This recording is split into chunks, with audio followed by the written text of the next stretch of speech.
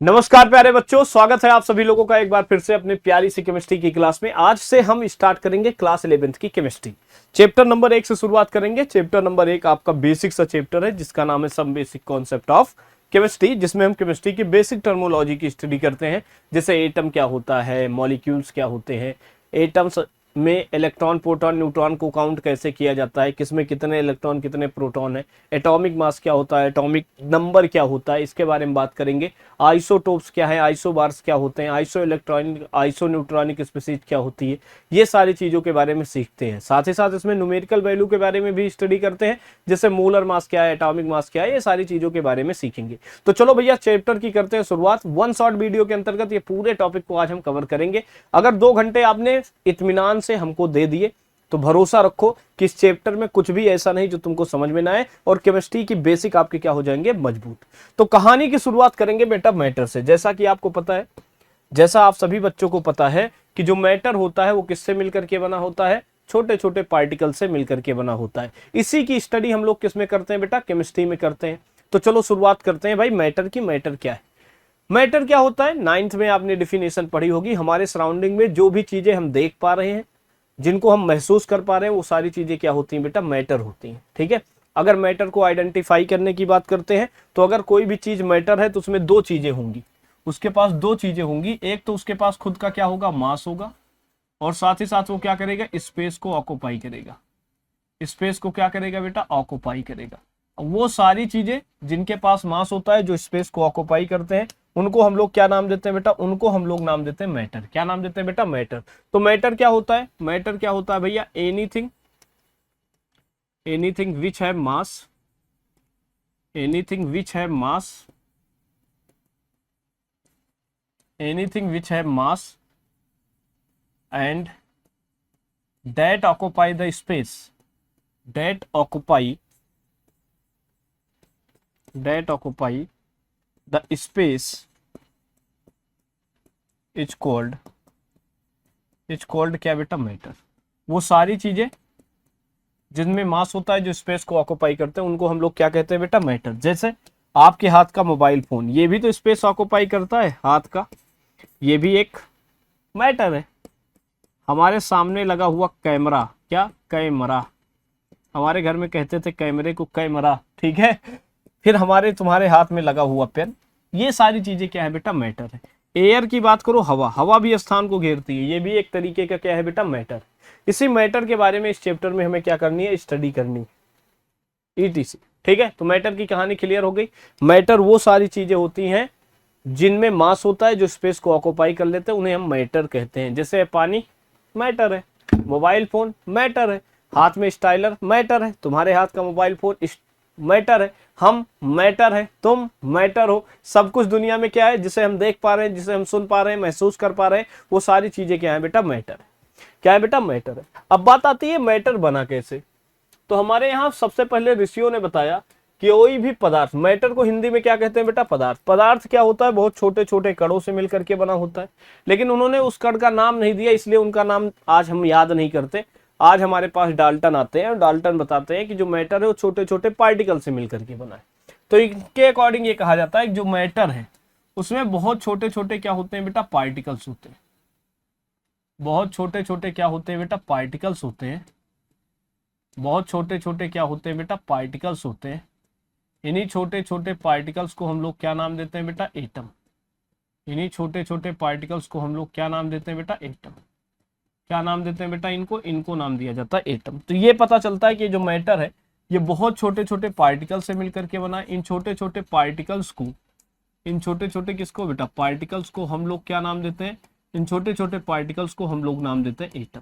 तो यहां से एक चीज क्लियर हो गई कि जो मैटर है वो बहुत छोटे छोटे पार्टिकल से मिलकर के बना है। जिसको हम मैटर कह रहे हैं, ये वास्तव में मैटर जो है वो छोटे छोटे पार्टिकल से मिलकर के बना है।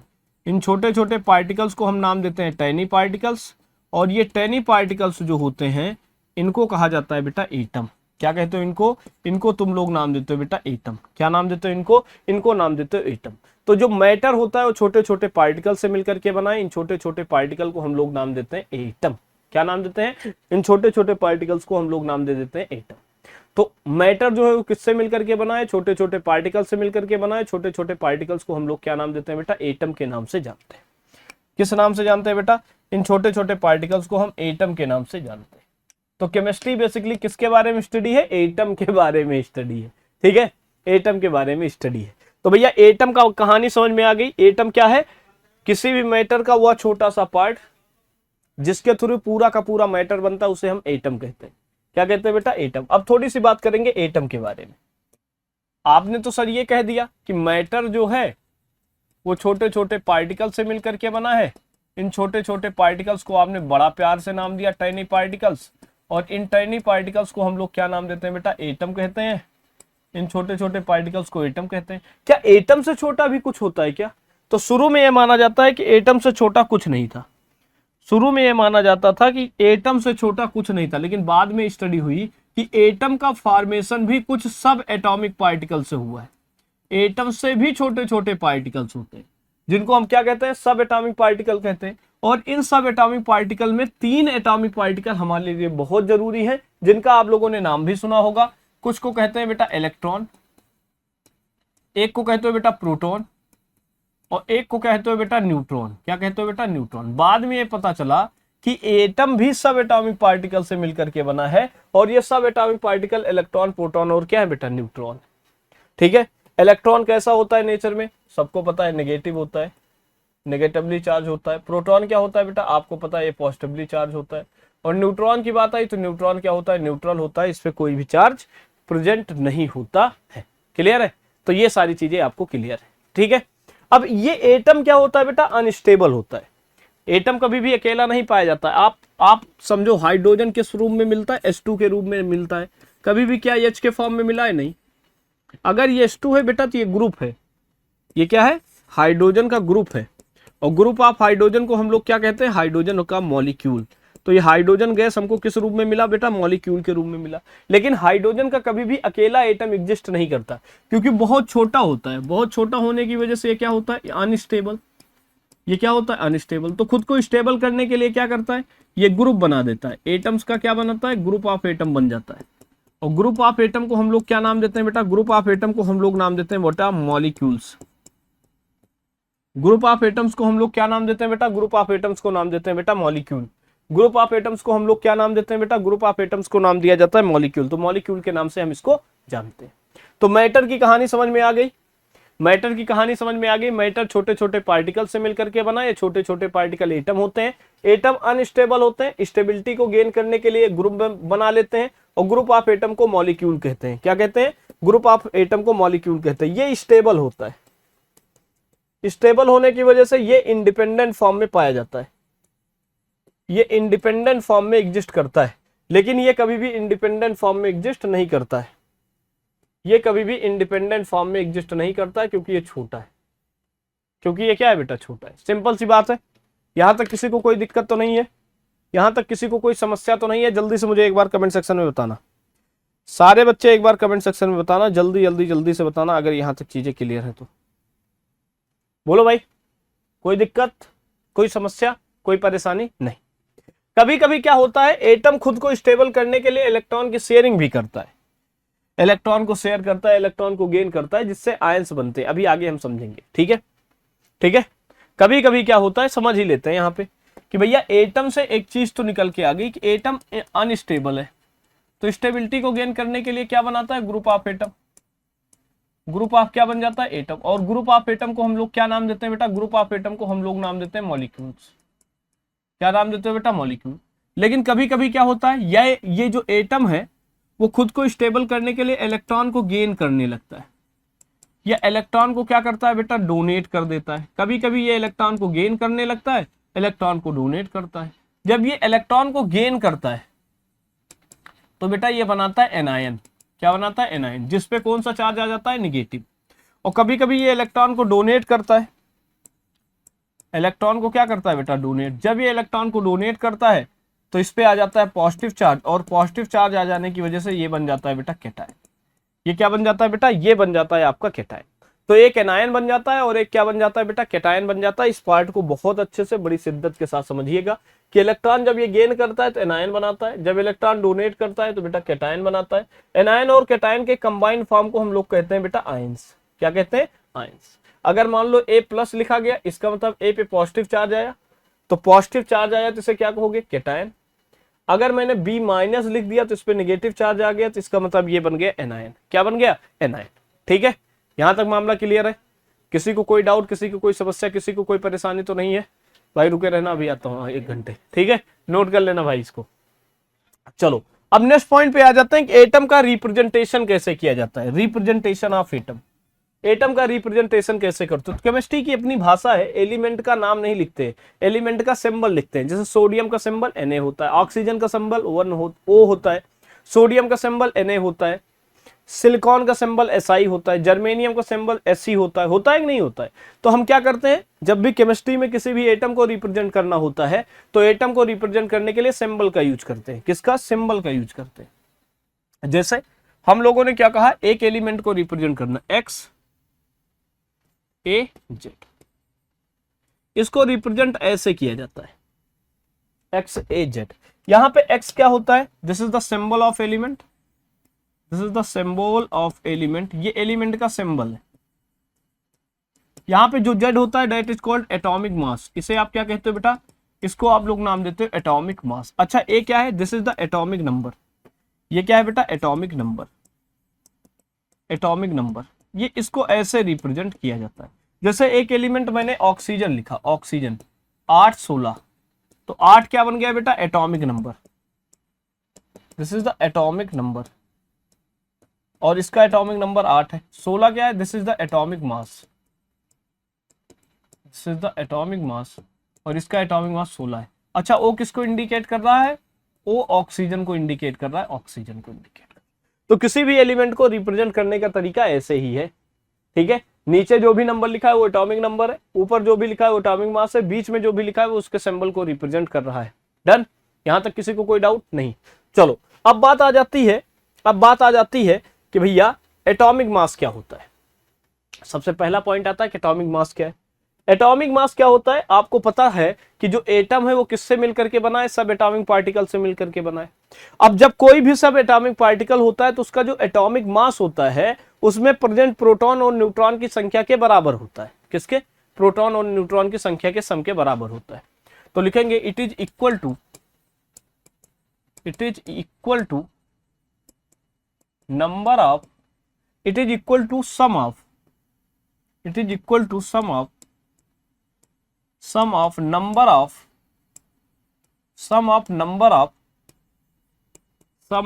of proton and neutron, sum of number of neutron and proton। Neutron और प्रोटॉन के नंबर के सम को हम लोग क्या नाम देते हैं बेटा, एटॉमिक नंबर के नाम से जानते हैं। किस नाम से जानते हो बेटा, एटॉमिक नंबर के नाम से। किस नाम से जानते हो बेटा, एटॉमिक नंबर के नाम से जानते हो, सॉरी एटॉमिक मास के नाम से जानते हो। ठीक है, एटॉमिक मास बराबर क्या लिखोगे, एटॉमिक मास बराबर number of proton plus number of neutron, number of proton plus number of क्या लिखोगे बेटा, neutron, number of proton plus number of क्या लिखोगे बेटा, न्यूट्रॉन। ठीक है, number of proton plus number of neutron. अब दूसरा पॉइंट क्या आता है भाई, दूसरा पॉइंट क्या आता है भाई, दूसरा पॉइंट आता है मोल, अरे यार एटॉमिक मास के बाद मोलर मास कहां से आ गया, अरे यार ये तो गड़बड़ है। एटॉमिक नंबर इधर डालिएगा बेटा, एटॉमिक नंबर, एटॉमिक नंबर। ठीक है, एटॉमिक नंबर क्या होता है, एटॉमिक नंबर जो होता है वो किसी भी एटम में प्रेजेंट नंबर ऑफ प्रोटॉन की संख्या के बराबर होता है। लिखिएगा it is equal to number of proton present in a atom. किसी भी एटम में प्रेजेंट नंबर ऑफ प्रोटॉन की संख्या जो होता है वो एटॉमिक मास के बराबर होता है। अगर कोई एलिमेंट, कोई भी एटम अपने ग्राउंड स्टेट पे, मतलब उसने ना तो किसी को इलेक्ट्रॉन दिया है ना ही किसी से इलेक्ट्रॉन लिया है, तो प्रोटॉन की संख्या और इलेक्ट्रॉन की संख्या बराबर होती है। तो उस कंडीशन में आप ये कह सकते हो जो एटॉमिक नंबर होता है, वो जो एटॉमिक नंबर होता है वो नंबर ऑफ प्रोटॉन और नंबर ऑफ इलेक्ट्रॉन की संख्या के बराबर होता है। नंबर ऑफ प्रोटॉन और नंबर ऑफ इलेक्ट्रॉन्स की संख्या के क्या होता है बेटा बराबर। नंबर ऑफ प्रोटॉन और नंबर ऑफ इलेक्ट्रॉन की संख्या के क्या हो जाता है बेटा बराबर। नंबर ऑफ इलेक्ट्रॉन की संख्या के क्या हो जाता है बेटा बराबर। नंबर ऑफ इलेक्ट्रॉन की संख्या के क्या हो जाता है बेटा बराबर। एटॉमिक नंबर बराबर number of proton plus number of क्या बेटा इलेक्ट्रॉन। प्रोटॉन और इलेक्ट्रॉन की संख्या के क्या होता है बेटा बराबर।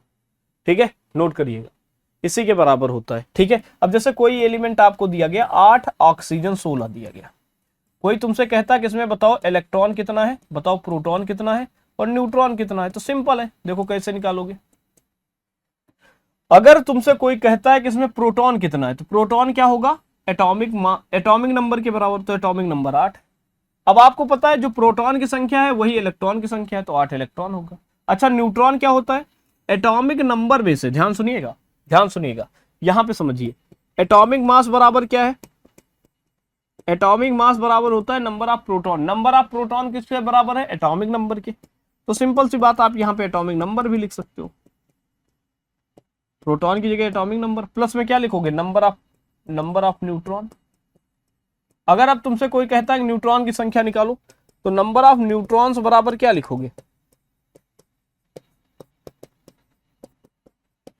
एटॉमिक मास माइनस में क्या लिखोगे atomic number. Atomic number, atomic mass plus minus में atomic number, atomic mass minus में एटॉमिक नंबर। सिंपल सा मामला यही। अब देखो न्यूट्रॉन को निकालने के लिए क्या करना है, 16 में से 8 को माइनस करना है, संख्या में कितना आएगा 8। तो 8 इलेक्ट्रॉन है, 8 प्रोटॉन है, 8 ही इसमें क्या है न्यूट्रॉन। चलो एक आध दो क्वेश्चन और करते हैं, मजा आएगा मजा आएगा मजा आएगा। ठीक है, एक क्वेश्चन और करते हैं। मान लो एक एलिमेंट आपको नाइट्रोजन दिया गया 7 14, कोई कहता है प्रोटॉन कितना है, कोई कहता है इलेक्ट्रॉन कितना, कितने न्यूट्रॉन है। तो भैया प्रोटॉन निकालने के लिए क्या देखोगे एटॉमिक नंबर, एटॉमिक नंबर 7 तो प्रोटॉन 7। अच्छा, न्यूट्रल फॉर्म में ना इसने इलेक्ट्रॉन दिया है ना ही लिया है, तो चार्ज 0 है, तो इलेक्ट्रॉन भी कितने हो जाएंगे 7। न्यूट्रॉन निकालने के लिए 14 माइनस में क्या करोगे 7, वैल्यू आ जाएगी 7। कितनी आ जाएगी 7। आगे बढ़ जाओ, क्या हो जाओ आगे बढ़ जाओ। अगर तुम आगे बढ़ोगे तो नया पॉइंट हमारे पास क्या आता है सल्फर 16 32। ठीक है, अब यहां पे ध्यान से सुनना, प्रोटॉन कितने हैं, न्यूट्रॉन कितने, इलेक्ट्रॉन कितने, यही पूछा गया है। तो प्रोटॉन कितना हो जाएगा 16, न्यूट्रॉन कितना हो जाएगा 32 माइनस 16, और ये इलेक्ट्रॉन कितना होगा ग्राउंड स्टेट पे, प्रोटॉन और इलेक्ट्रॉन बराबर होते हैं। अगर मान लो बेटा यही कैटायन होता, मान लेते कोई कैटायन दे दिया गया, क्या दे दिया गया बेटा कैटायन, ध्यान सुनिएगा। जैसे मुझे दिया गया सोडियम 11 सोडियम प्लस 23, अगर कोई प्रोटॉन पूछे तो हमें पता है एटॉमिक नंबर के बराबर है, कोई न्यूट्रॉन पूछे तो हमें क्या करना है, न्यूट्रॉन का भी कॉन्सेप्ट वही है 23 माइनस में 32 12। लेकिन अगर कोई अब इलेक्ट्रॉन पूछेगा तो इलेक्ट्रॉन का मतलब जब कभी भी पॉजिटिव चार्ज आएगा तो इलेक्ट्रॉन की संख्या में कमी होगी। पहले जो प्रोटॉन था इलेक्ट्रॉन की संख्या के बराबर रहा होगा, लेकिन एक पॉजिटिव चार्ज का मतलब एक इलेक्ट्रॉन कम हुआ है, 11 माइनस 1 करोगे कितना बचेगा 10 इलेक्ट्रॉन। कितना बचेगा 10 इलेक्ट्रॉन। अगर बेटा यहीं पे ऑक्सीजन आता O डबल माइनस 8 16, तो भैया अगर प्रोटॉन पूछे तो वही 8, कोई बेटा न्यूट्रॉन पूछे तो क्या करना है 16 माइनस 8। अगर बेटा तुमसे कोई कहता है कि हमें बताओ कि यहाँ पे इलेक्ट्रॉन कितने हैं, तो इलेक्ट्रॉन निकालने के लिए तुम्हें क्या करना पड़ेगा भैया, सबसे पहले तो कितना रहा होगा 8, और 2 इलेक्ट्रॉन, माइनस चार्ज का मतलब इलेक्ट्रॉन बढ़ा है, कितने इलेक्ट्रॉन 2 इलेक्ट्रॉन बढ़ाते कितना हो गया 10, कितना हो गया 10। समझ गए सारे बच्चे, कोई दिक्कत नहीं। तो ऐसे इसको रिप्रेजेंट करना है। एनायन के केस, कैटायन के केस में इलेक्ट्रॉन संख्या निकालने के लिए जितना चार्ज है उसे प्रोटॉन संख्या से माइनस करना है। एनायन के केस में जितना इलेक्ट्रॉन है, जितना क्या है बेटा इलेक्ट्रॉन है, जितना अपने पास इलेक्ट्रॉन है पहले रहा होगा उसमें जितना भी चार्ज है उसे माइनस की जगह प्लस कर देना है। जैसे 2 माइनस चार्ज था 2 इलेक्ट्रॉन बढ़ जाएगा। सिंपल सा इतना कॉन्सेप्ट। आगे बढ़ो, चलो अब बात आ जाती है बेटा किसकी, ठीक है, अब बात आ जाती है कि एटॉमिक मास होता क्या है। पहले एटॉमिक मास समझो, ठीक है। अब बेटा बात करते हैं एटॉमिक मास के बारे में कि एटॉमिक मास होता क्या है। वो तो समझ में आ गया, प्रोटॉन और न्यूट्रॉन की संख्या को जब जोड़ते हो तो एटॉमिक मास मिल जाता है। लेकिन एटॉमिक मास कैलकुलेट कैसे करते हैं, how to calculate the atomic mass, atomic mass calculate कैसे किया जाता है, तो पहले इसकी डिफिनेशन लिखो। सबसे पहली डिफिनेशन है mass of one atom is called atomic mass. एक एटम के मास को आप क्या कहते हो बेटा, एटॉमिक मास। एक एटम के मास को आप क्या कहते हो बेटा, atomic mass. Mass of one atom, एक एटम के मास को आप क्या कहते हो बेटा, एटॉमिक मास के नाम से जानते हो। एक एटम के मास को आप एटॉमिक मास के नाम से जानते हो। एक एटम के मास को क्या कहते हो बेटा, एटॉमिक मास। एक एटम के मास को क्या कहते हो बेटा, एटॉमिक मास के नाम से जानते हो। एक किसी भी एक एटम का जो मास होता है उसे आप सभी लोग एटॉमिक मास के नाम से जानते हो। क्लियर है। एक एटम के मास को क्या कहते हो बेटा, एटॉमिक मास। क्या कहते हो, एक एटम के मास को एटॉमिक मास के नाम से जानते हो। Mass of one atom is called atomic mass. एक एटम के मास को आप क्या कहते हो बेटा, एटॉमिक मास के नाम से जानते हो। डन। अब एक एटम का मास कैसे कैलकुलेट किया जाता है, तो किसी भी एक एटम के मास को निकालने के लिए, मेजर करने के लिए मेजरमेंट की यूनिट बनानी पड़ेगी ना। तो तुम्हें सबसे पहले एटॉमिक मास को कैलकुलेट करने के लिए एक स्टैंडर्ड यूनिट बनाना है। एक क्या बनाना है बेटा, स्टैंडर्ड यूनिट। तो इसकी स्टैंडर्ड यूनिट है 1/12 into mass of one carbon 12 atom. Carbon 12 atom के एक एटम के मास को क्या कहते हो बेटा, एटॉमिक मास। कार्बन 12 के एक एटम के मास को क्या कहते हो, एटॉमिक मास के नाम से जानते हो। Mass of one carbon 12 atom, एक कार्बन 12 एटम के मास को क्या कहते हो बेटा, एटॉमिक मास के नाम से जानते हो। सिंपल सी बात है कि mass of one atom is called atomic mass. Standard unit है 1/12 into mass of one carbon 12 atom. ठीक है, क्लियर है। कोई दिक्कत किसी को नहीं, किसी को कोई दिक्कत है नहीं। अब आगे की तरफ बढ़ते हैं। अब क्या करते हैं बेटा, आगे की तरफ बढ़ते हैं। अब हमें किसी भी एटम के एटॉमिक मास को कैलकुलेट करना है तो इस स्टैंडर्ड यूनिट से क्या करना है, कंपेयर। तो जैसे कोई बोलता है कि मास ऑफ क्या निकालना, एटॉमिक मास ऑफ पता करना था किसका, एटॉमिक मास ऑफ नाइट्रोजन। तो नाइट्रोजन का एटॉमिक मास निकाला गया, तो नाइट्रोजन का एटॉमिक मास कैलकुलेट किया गया, तो यह है 14 into 1/12 into mass of one carbon 12 atom.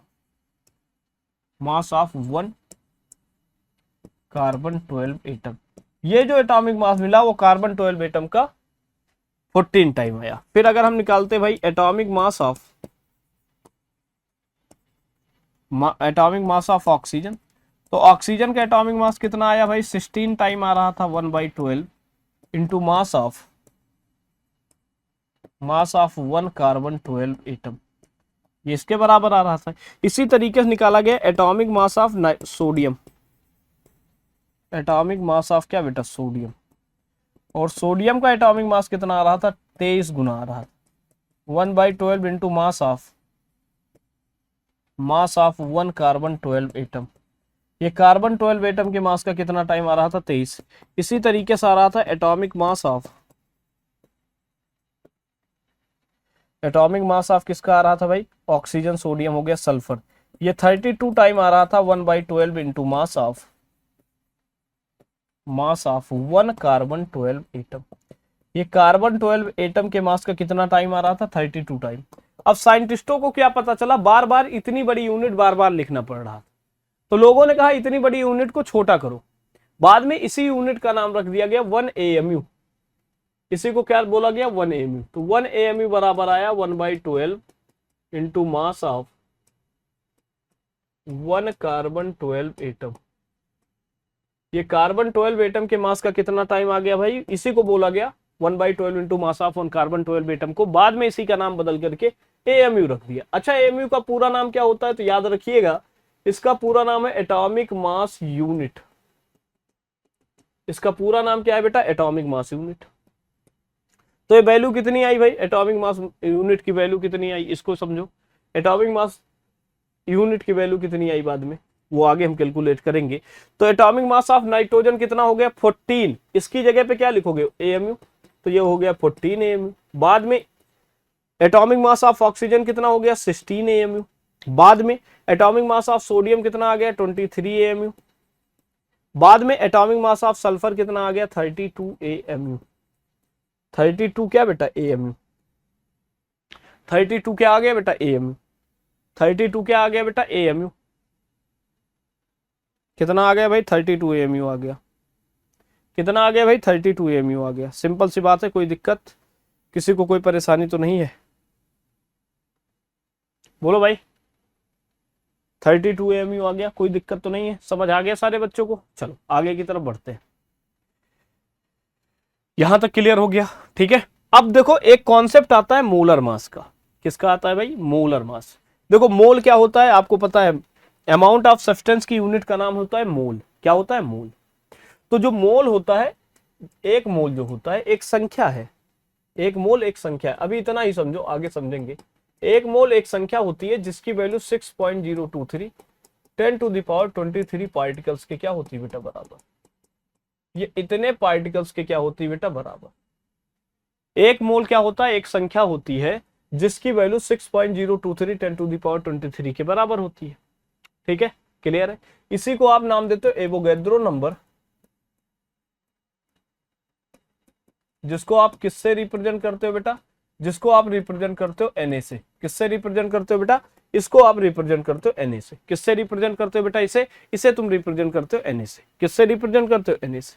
किससे रिप्रेजेंट करते हो बेटा? Na से। तो जब रिलेशन निकाला गया बाद में क्या निकाला गया? रिलेशन। AMU और इसमें क्या निकाला गया बेटा? रिलेशन। तो एक AMU बराबर आया 1/Na ग्राम। 1 क्या आया? Na ग्राम। मतलब इन दोनों में जो रिलेशन आया, मतलब रिलेशन किसके किसके बीच में? AMU एंड मोल के बीच में। ये जो रिलेशन आया 1 AMU बराबर आया 1/Na ग्राम के। किसके बराबर? 1/Na ग्राम के। बाद में कैलकुलेट किया गया मोलर मास। क्या कैलकुलेट किया गया भाई? Molar mass. तो मोलर मास की डिफिनेशन क्या थी? एक मोल सब्सटेंस के मास को क्या कहते हो? Molar mass. एक मोल सब्सटेंस का मतलब कितने पार्टिकल? 6.023 10⁻23 पार्टिकल के मास को मोलर मास के नाम से जाना गया। किस नाम से जाना गया बेटा? मोलर मास के नाम से जाना गया। किस नाम से जाना गया? मोलर मास के नाम से जाना गया। तो लिखेंगे mass of 1 mole of substance. 1 mole of क्या बेटा? सब्सटेंस इज कॉल्ड क्या बेटा? Molar. Mass of 1 mole of substance is called क्या बेटा? Molar mass. एक मोल सब्सटेंस के मास को क्या कहते हो? Molar mass. एक मोल सब्सटेंस में कितने पार्टिकल? 6.023 10⁻23 पार्टिकल। इतने पार्टिकल के मास को क्या कहते हो बेटा? मोलर मास के नाम से जानते हो। ठीक है। अब जैसे हमसे कोई कहता है मोलर मास ऑफ क्या निकालो? नाइट्रोजन। मोलर मास ऑफ क्या निकालना था बेटा? नाइट्रोजन। तो नाइट्रोजन का मोलर मास निकालने के लिए क्या लिखोगे? Mass of 1 atom of nitrogen. Nitrogen के एक एटम का मास मल्टीप्लाइड बाय क्या बेटा? 1 मोल। तो mass of 1 mole of nitrogen कितना आया? Mass of 1 mole of nitrogen कितना आया? Mass of 1 mole of nitrogen कितना था भाई? आपको पता है ये कितना था? 14 AMU। कितना आ रहा था? 14 AMU। 1 एटम के मास को एटॉमिक मास कहते हो ना। नाइट्रोजन का atomic mass 14 AMU multiplied by 1 मोल। 1 मोल मतलब Na पार्टिकल। अब ये है 14 AMU, इसके बीच में रिलेशन रखोगे। 1 AMU बराबर क्या होता है? 1/Na ग्राम। तो 1/Na gram multiplied by Na। जब आप इसे सॉल्व करोगे तो कितना आ गया? 14 ग्राम। तो मोलर मास इसका कितना आ जाएगा? 14 ग्राम। तो एक चीज तो क्लियर हो गई होगी कि इसका एटॉमिक मास कितना था? 14 AMU और मोलर मास कितना आया? 14 ग्राम। मतलब दोनों में कोई अंतर नहीं है। दोनों में अंतर किस चीज का है? यूनिट का। दोनों में अंतर किस बात का है बेटा? यूनिट का। इसकी यूनिट क्या है बेटा? AMU और इसकी यूनिट क्या है बेटा? ग्राम। इसकी यूनिट क्या है बेटा? AMU और इसकी यूनिट क्या है बेटा? ग्राम। दोनों में यूनिट का खेल है।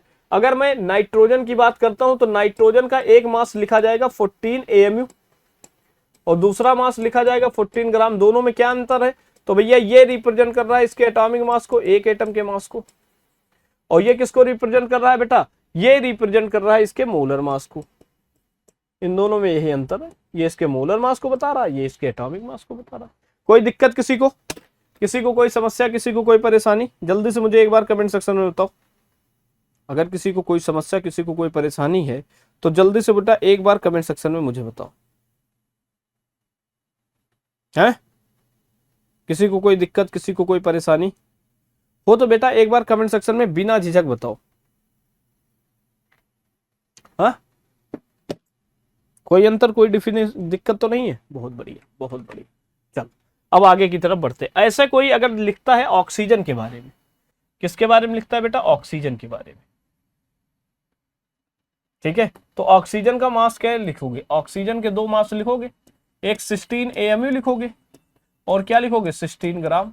अगर 16 AMU है मतलब एटॉमिक मास है, एक एटम का मास है। अगर 16 ग्राम लिखा है इसका मतलब इसका मोलर मास है। इसका कौन सा मास है बेटा, मोलर मास है। तो एक एटॉमिक मास है और एक कौन सा मास है बेटा, मोलर मास है। क्या बेटा, मोलर मास। ठीक है, ये इसका क्या है बेटा, मोलर मास। ठीक है, एटॉमिक मास है और मोलर मास। अब आगे की तरफ चलते हैं भाई, आगे की तरफ चलते हैं बेटा, आगे की तरफ क्या करते हैं, चलते हैं। अब बेटा अब देखो कुछ कुछ एलिमेंट के हम मोलर मास तुम्हें लिख करके देते हैं, इसको स्किप नहीं करना, इसे याद रखना है। इसे क्या करना है बेटा, याद रखना है। कुछ एलिमेंट के मोलर मास मैं आपको दे दे रहा हूं जो इंपॉर्टेंट है, जिनके बेसिस पे आप मॉलिक्यूलर मास को कैलकुलेट कर सकते हो। जैसे एग्जांपल देखो, हाइड्रोजन का मोलर मास 1 ग्राम, कार्बन का 12 ग्राम, याद रखिएगा, ऑक्सीजन का 16 ग्राम, नाइट्रोजन का 14 ग्राम, ठीक है, सोडियम का 23 ग्राम, मैग्नीशियम का 24 ग्राम। अच्छा सर आगे बढ़ जाओ, और बढ़ जाओ, और बढ़ जाओ। पोटेशियम का 39 ग्राम, सल्फर का 32 ग्राम, एल्यूमिनियम का 27 ग्राम, और फास्फोरस का 31 ग्राम। अच्छा और सर और याद रखो, कॉपर का 63.5 ग्राम, आयोडीन का 127 ग्राम, आयरन का, अरे बेटा आयरन का 56.5 ग्राम। ठीक है, इतना याद रख लेना, इतना याद रख लेना, पूरा काम हो जाएगा। ये मोलर मास तुम्हें याद रखना, हमेशा याद रखना। ठीक है, स्किप नहीं करना, नोट कर लो। ठीक है, सारे बच्चे इसे नोट कर लो। ठीक है, अब आगे बढ़ जाते हैं, बात आती है मॉलिक्यूलर मास की। अभी मैंने बताया था मॉलिक्यूल क्या होता है, ग्रुप ऑफ एटम होता है। ग्रुप ऑफ एटम्स को क्या कहते हो बेटा, मॉलिक्यूल कहते हो। तो मॉलिक्यूलर मास क्या होता है, कोई भी मॉलिक्यूल बनेगा तो उसमें कई सारे एटम होंगे, जितने भी एटम है अगर उनके मोलर मास का सम करोगे तो क्या बन जाएगा, मॉलिक्यूलर मास। क्या बन जाएगा, मॉलिक्यूलर मास। क्या बन जाएगा, मॉलिक्यूलर मास। देखो द समेशन ऑफ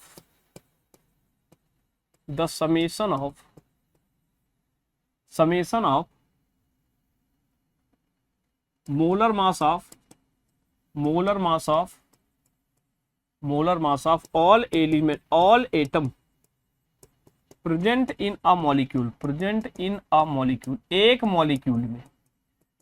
मॉलिक्यूल में जितने भी एटम प्रेजेंट है उन सभी एटम के मास का जो सम है, summation of the molar mass of all atom present in a molecule is equal to it's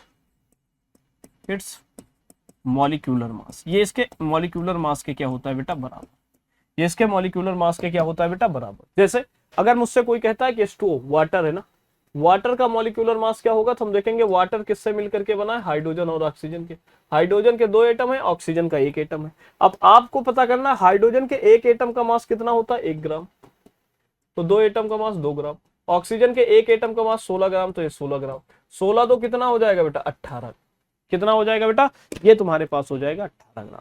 तो H2O का मोलर मास कितना आ गया, 18 ग्राम। अच्छा एक चीज याद रखिएगा, ये भी ग्राम में है, मोलर मास भी ग्राम में है। फिजिक्स के अकॉर्डिंग ये कहा जाता है कि जो मोलर जो जो दो अगर डिफरेंट फिजिकल क्वांटिटीज हैं तो उनका सेम यूनिट नहीं हो सकता, लेकिन यहां तो सेम यूनिट रिप्रेजेंट कर रहे हो। तो लोगों ने क्या कहा, इसको डिस्टिंग्विश करने के लिए मोलर मास मॉलिक्यूलर मास को, तो उन्होंने कहा कि भैया हम क्या करेंगे, मॉलिक्यूलर मास की यूनिट, जब हमें किसी चीज के मॉलिक्यूलर मास को रिप्रेजेंट करना होगा तो मॉलिक्यूलर मास की जो यूनिट है वो हम लिखेंगे यू।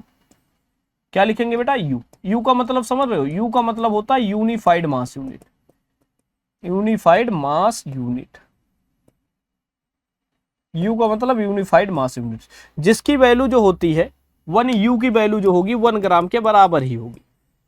सिंपल सी बात है। तो अगर तुम ग्राम में लिख रहे हो तो भी सही, यू में लिख रहे हो तो भी सही, कंफ्यूज मत होना। ठीक है, अगर कोई मुझसे ये कहता है कि बता दो NaOH का मोलर मास क्या होगा, मॉलिक्यूलर मास, तो NaOH में सोडियम है, कितना एटम है, 1। ऑक्सीजन का कितना एटम, 1। हाइड्रोजन का कितना एटम, 1। सोडियम के 1 एटम का मास कितना होता है भाई, 23 ग्राम, आपको पता है। तो ये टोटल कितना हो गया भाई, 23 ग्राम। ऑक्सीजन के 1 एटम का मास 16 ग्राम, तो 16 ग्राम। हाइड्रोजन के 1 एटम का मास 1 ग्राम, तो 1 ग्राम। टोटल ऐड करोगे ये कितना आ जाएगा, 40 ग्राम।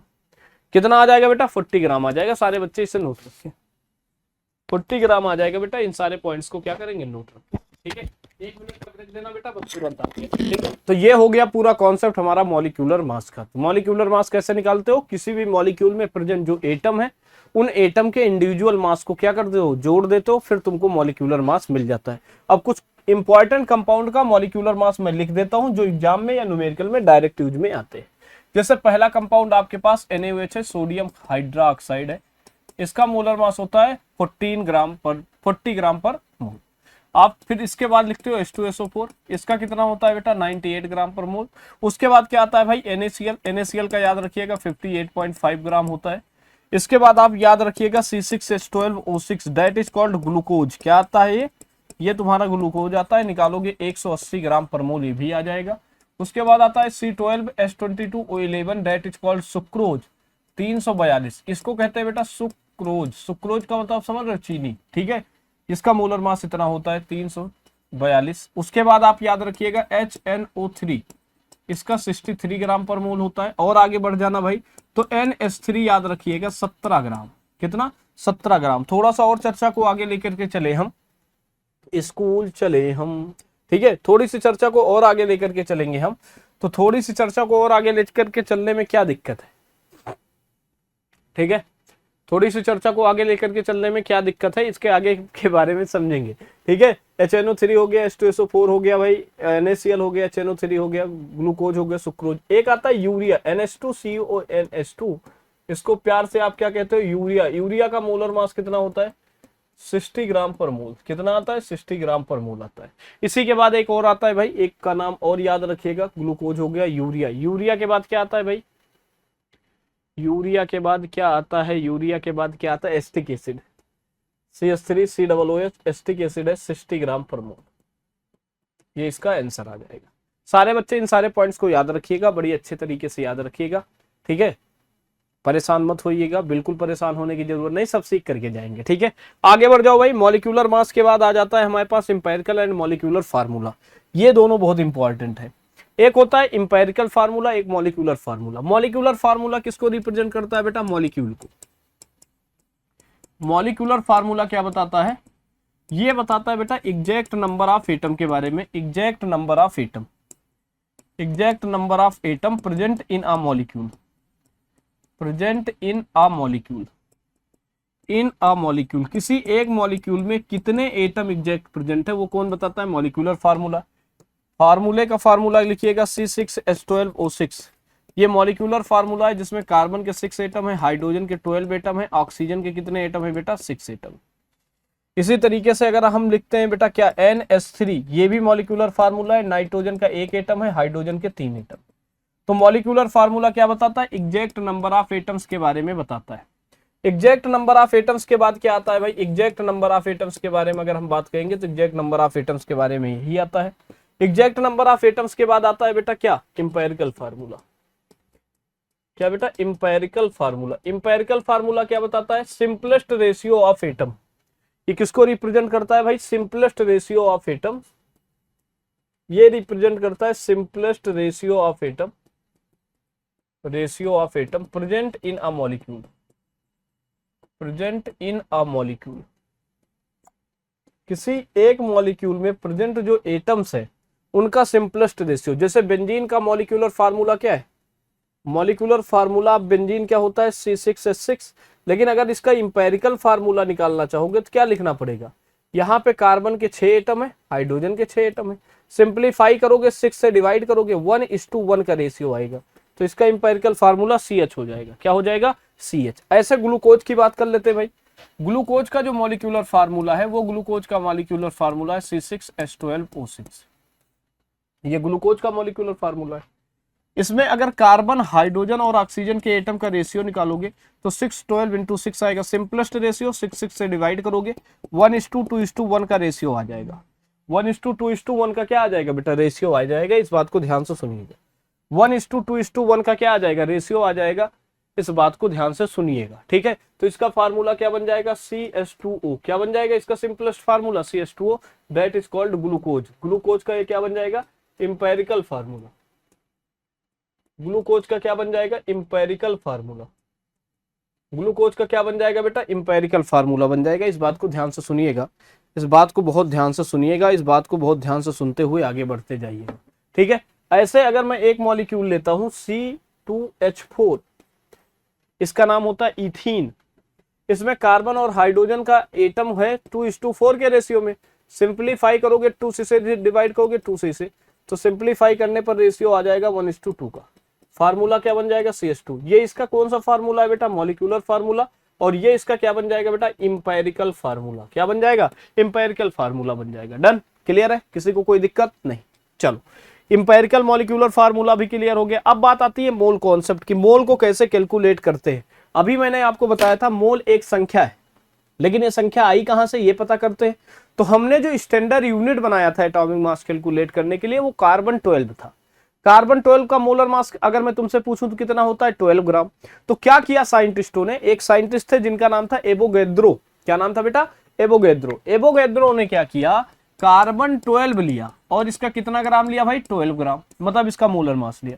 और इसमें कैलकुलेट किया number of atoms. Number of क्या कैलकुलेट किया बेटा, नंबर ऑफ पार्टिकल्स कैलकुलेट किया, एटम ने। नंबर ऑफ क्या कैलकुलेट किया बेटा, पार्टिकल्स।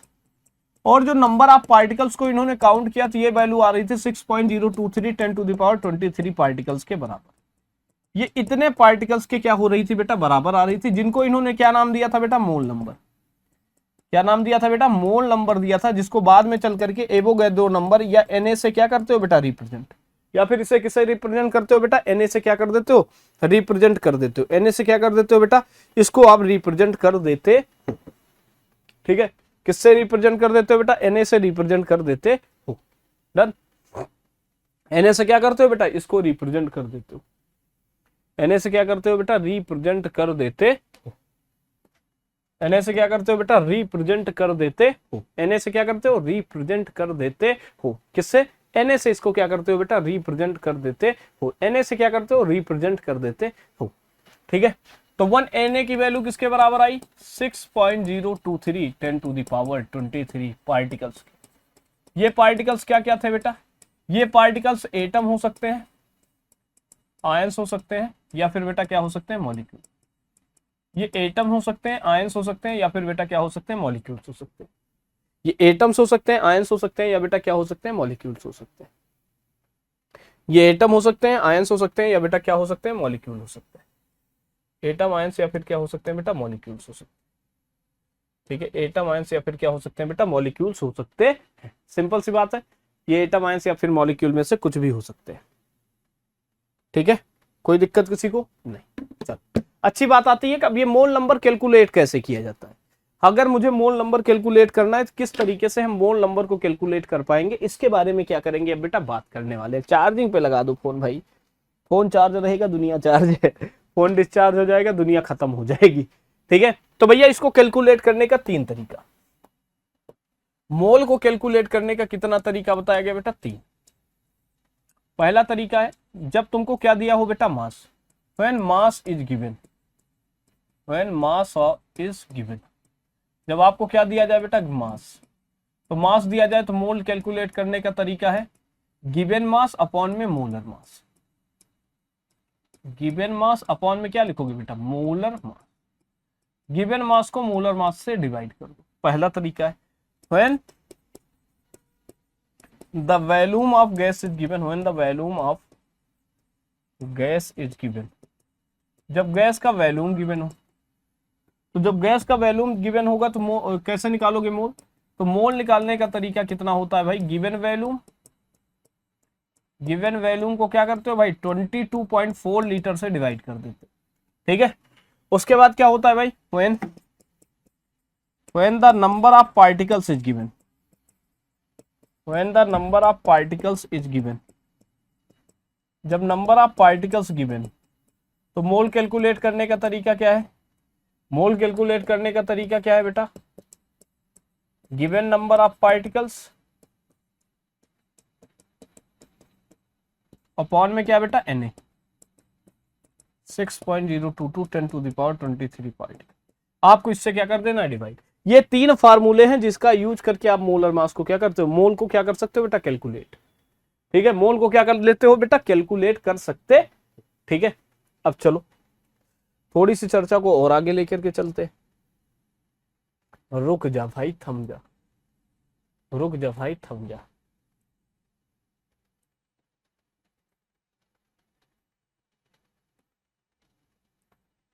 ठीक है,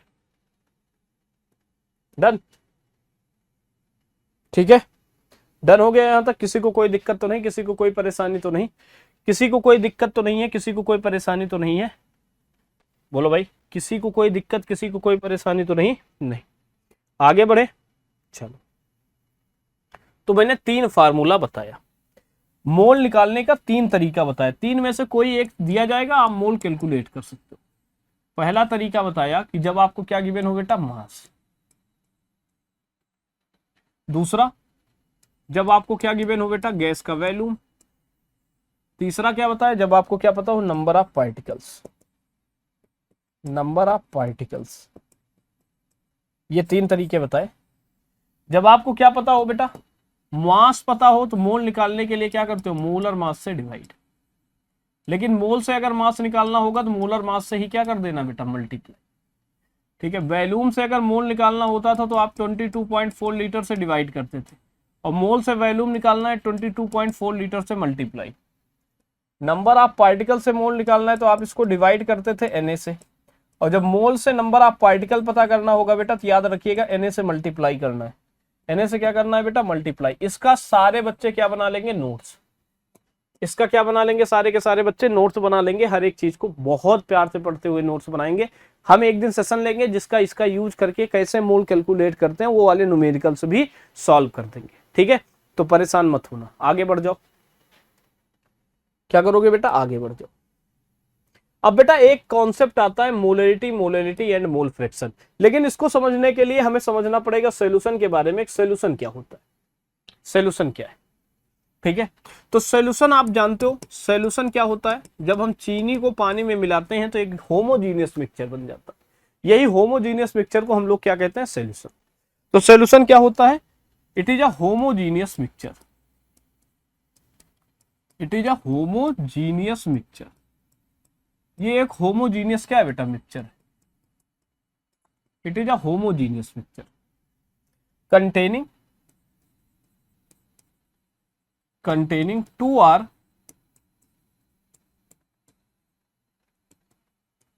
or more than 2 non-reacting components। non-reacting क्या बेटा, कंपोनेंट। 2 या 2 से अधिक नॉन रिएक्टिंग कंपोनेंट्स का क्या है बेटा, मिक्सचर। 2 या 2 से अधिक नॉन रिएक्टिंग कंपोनेंट्स का क्या होता है बेटा, mixture. It is a homogeneous mixture containing 2 or more than 2 component non reacting component. 2 non reacting components का मिक्सचर होता है। ठीक है, 2 नॉन रिएक्टिंग कंपोनेंट्स का क्या होता है बेटा, मिक्सचर। एक कंपोनेंट को क्या कहते हो बेटा, सॉल्यूट, और दूसरे कंपोनेंट को क्या कहते हो बेटा, सॉल्वेंट। जैसे पानी में आपने चीनी डाला तो पानी में चीनी घुलता है, तो पानी क्या हो जाएगा, सॉल्वेंट। सॉल्वेंट हमेशा क्या होता है, लार्जर अमाउंट। सॉल्यूशन में जो कंपोनेंट ज्यादा क्वांटिटी में है उसे सॉल्वेंट कहते हैं, और जो लेसर क्वांटिटी में, which is lesser in quantity या अमाउंट, जो क्वांटिटी में कम है, तो दैट इज द सॉल्यूट। वो क्या बन जाता है बेटा, सॉल्यूट। तो सॉल्यूशन में कितने अमाउंट में सॉल्यूट पता कर प्रेजेंट है, कितने अमाउंट में सॉल्यूट पता प्रेजेंट है, इसको पता करने के लिए कंसंट्रेशन टर्म का यूज करते हैं। और वही कंसंट्रेशन टर्म क्या होते हैं, मोलरिटी, मोलरिटी और मोल फ्रैक्शन। ये अलग अलग कंसंट्रेशन के term.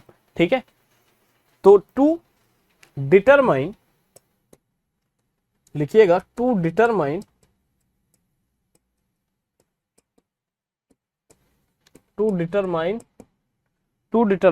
the amount, to determine the amount of solute in solution, to determine the amount of solute in the solution, to determine the amount of solute in the solution, we use concentration term। हम किसका use करते हैं, concentration term का use करते हैं। ठीक है, अब ये कंसंट्रेशन टर्म कौन कौन से होते हैं बेटा, पहला कंसंट्रेशन टर्म जो है उसका नाम है बेटा मोलरिटी।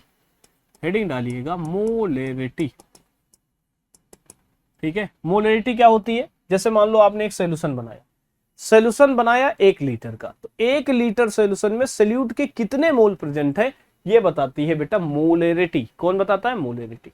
तो मोलेरिटी के सबसे पहले बात करेंगे, molarity is represented by, molarity is represented by capital M. Molarity को कैपिटल एम से रिप्रेजेंट करते हो। मोलेरिटी कैपिटल एम बराबर होता है number of moles of solute, number of moles of solute upon में क्या लिखते हो बेटा? Volume of solution. अपॉन में लिख देते हो volume of solution litre. Number of moles of solute है N, number of moles of solute है अपॉन वॉल्यूम ऑफ क्या है बेटा? सोल्यूशन। अपॉन में क्या है बेटा? Volume of solution. ठीक है, अपॉन में क्या है बेटा? Volume of solution. अब लेट अस कंसीडर, मान लो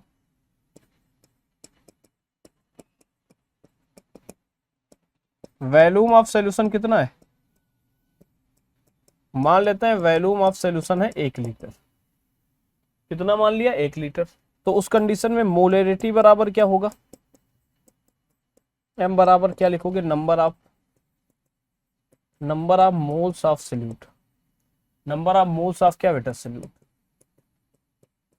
number of moles of solute. ठीक है, ये किसके बराबर हो गया? Number of moles of solute N के बराबर हो गया। मतलब 1 लीटर सोल्यूशन में सोल्यूट का जितना मोल प्रेजेंट होगा वही उसकी क्या कहलाएगी? मोलेरिटी। डेफिनेशन क्या लिखोगे? Number of moles of solute, number of moles of solute, number of moles of solute present in 1 litre solution, present in 1 litre solution is called क्या बेटा? मोलेरिटी। 1 लीटर सोल्यूशन में प्रेजेंट, 1 लीटर सोल्यूशन में present जो number of moles of solute है वही आपकी क्या है बेटा? मोलेरिटी। वही आपकी क्या है बेटा? मोलेरिटी। 1 लीटर सोल्यूशन में जितने सोल्यूट के मोल प्रेजेंट होते हैं वही आपकी क्या कहलाती है बेटा? मोलेरिटी कहलाती है। ठीक है, वही आपकी क्या कहलाती है? मोलेरिटी। अगर 1 मोल प्रेजेंट है तो मोलेरिटी 1 मोल पर लीटर, 2 मोल प्रेजेंट है मोलेरिटी 2 मोल पर लीटर, 3 मोल प्रेजेंट है मोलेरिटी 3 मोल पर लीटर हो जाएगी। अगर इसके यूनिट की बात करोगे तो इसकी यूनिट है मोल पर लीटर, या फिर इसी को रिप्रेजेंट करते हो बेटा कैपिटल एम से। किससे? कैपिटल एम से। ठीक है, इसी को किससे रिप्रेजेंट करते हो बेटा? कैपिटल एम से। अब देखो एक बनता है सेमी मोलर सोल्यूशन, याद रखो सेमी मोलर सोल्यूशन की जो मोलेरिटी है वो 1/2 मोल पर लीटर है। एक बनता है बेटा डेसी मोलर सोल्यूशन, इसकी जो मोलेरिटी है 1/10 मोल पर लीटर। एक क्या बन जाता है बेटा? बाई मोलर सोल्यूशन, इसकी मोलेरिटी है 2 मोल पर लीटर।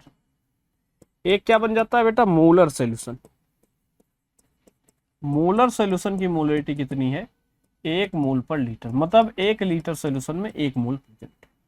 ठीक है, मोलेरिटी इन टर्म ऑफ ग्राम मास, एक फार्मूला है इंपॉर्टेंट है, मोलेरिटी in term of gram mass.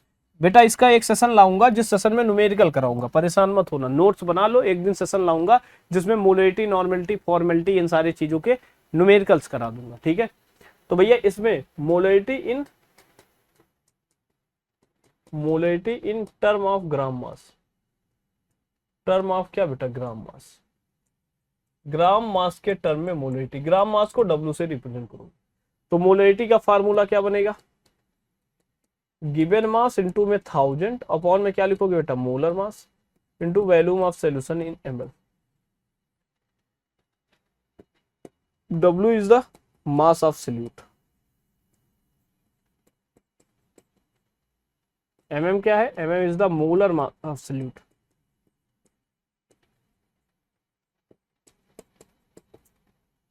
V क्या है? This is the volume of solution,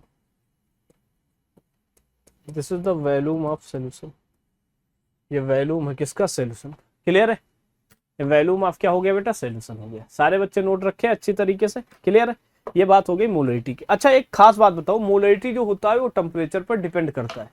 temperature को बढ़ाने या घटाने से मोलरिटी इफेक्टेड होती है। टेम्परेचर को बढ़ाने से या घटाने से मोलरिटी के मान में चेंज आता है, मोलरिटी चेंज होती है। ठीक है, तो ये क्या होता है, टेम्परेचर डिपेंडेंट टर्म है। नोट लिखिएगा, molarity is temperature dependent term, molarity is temperature dependent term, temperature dependent concentration term, molarity is temperature dependent concentration term that is depend upon temperature, that is depend upon temperature। ये किस पे depend करता है, temperature पे। By increasing temperature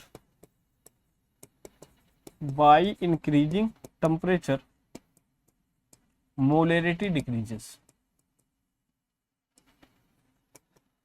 molarity क्या कर जाती है बेटा, डिक्रीज कर जाती है, याद रखो। नया पॉइंट आता है, नया पॉइंट हमारे पास आता है मोलेलिटी। क्या आता है बेटा, मोलेलिटी। हेडिंग डालिएगा बेटा, मोलेलिटी। इसको रिप्रेजेंट करते हो स्मॉल एम से, मोलेलिटी को रिप्रेजेंट करते हो स्मॉल एम से, मोलेलिटी को रिप्रेजेंट करते हो किससे बेटा, स्मॉल एम।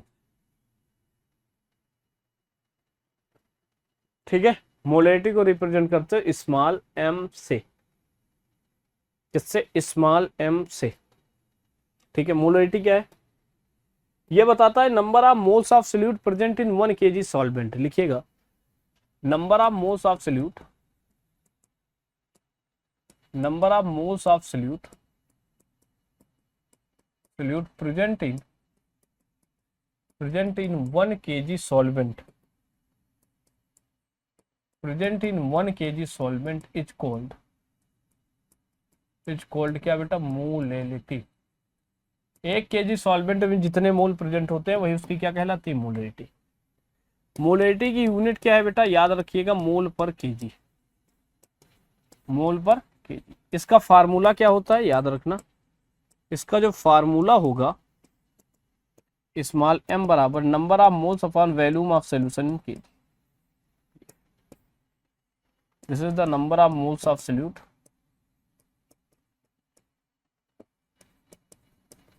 अपॉन में क्या लिखते हो बेटा, weight of solvent, weight of क्या लिखते हो बेटा, solvent.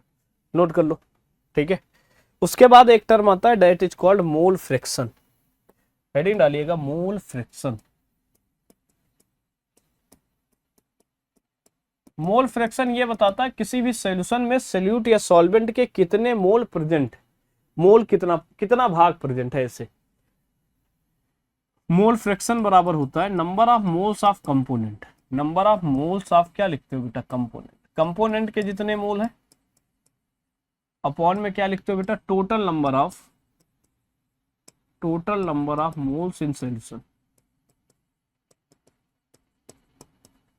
Mole in solution, total number of mole in solution, total number of mole in क्या बेटा, सॉल्यूशन। यही एक तरीका, मोल इन क्या है बेटा, सॉल्यूशन। अब मान लो आपने एक सॉल्यूशन बनाया,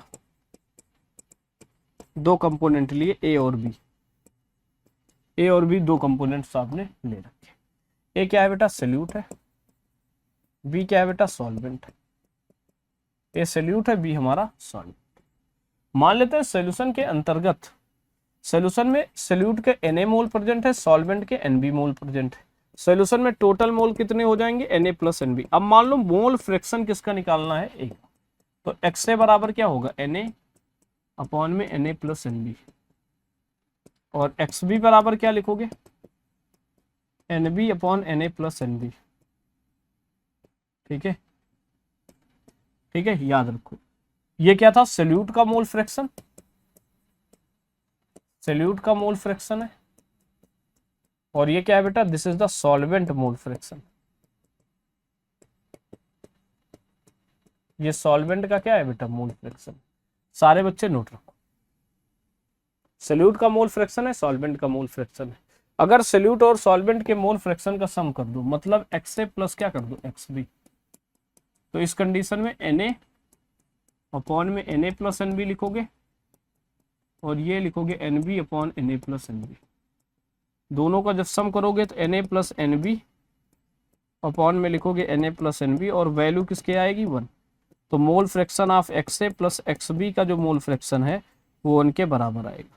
ठीक है, बस बेटा इस चैप्टर में इतनी ही सारी चीजें हम लोगों को पढ़नी थी, जिनकी थियरी आज हमने कवर कर ली है। आप सभी लोग अच्छे से नोट्स बना लो, एक सेशन लाएंगे जिसपे इन सारे टॉपिक्स के न्यूमेरिकल आप सभी लोगों को सॉल्व कराएंगे। बिल्कुल परेशान नहीं करना, हर एक चीज समझ में आ जाएगा। चैनल पे नए हो तो सब्सक्राइब कर लो, वीडियो पे नए हो तो लाइक कर लो, और हमको अपने जीके भैया को ज्यादा से ज्यादा सपोर्ट करो।